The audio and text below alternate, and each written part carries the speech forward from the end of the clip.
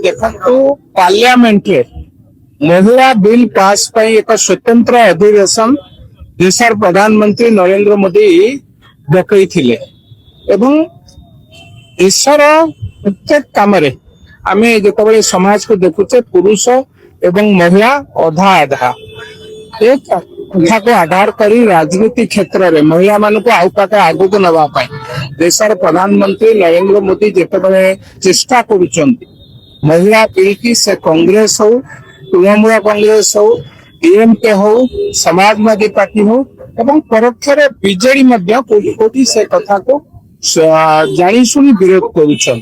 महिला माने आगु को न जाई पारंतु महिला माने राजनीति क्षेत्र में न पसंद ए कथा को एई पंचटी द्वारा मुख्यतः विरोध करुछन ए कथा जेतेबेले महिला पाखरे पहुंची थिला महिला मानकर आक्रोश धीरे धीरे हेतिला ए केवल भुवनेश्वर की ओडिशा नुहे सारा देश रे महिला मानकर आक्रोश जन समावेश महिला रास्ता ऊपर राजरास्ता को आसीचंती एवं एई पांचटी दल को विरोध करने संगे संगे तांको हक पाई तांको अधिकार पाई किभली भावे तांको अधिकार समाने पाइबे सेथिपई राजरास्ता रे आक्रोश रैली मध्य करूछन आगामी दिन रे जेतेबेले पार्लियामेंट रे ए बिल ऊपर आलोचना हबो ए बिल की पुणी थरे गृहीत करा जिवो सेतेबेले समस्त को सब दल को अनुरोध जो माने महिला बिल की विरोध करिवे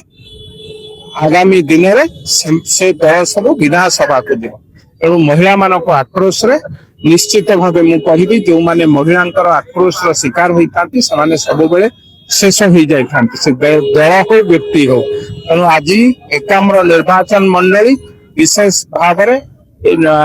डुमुडुमा अंचल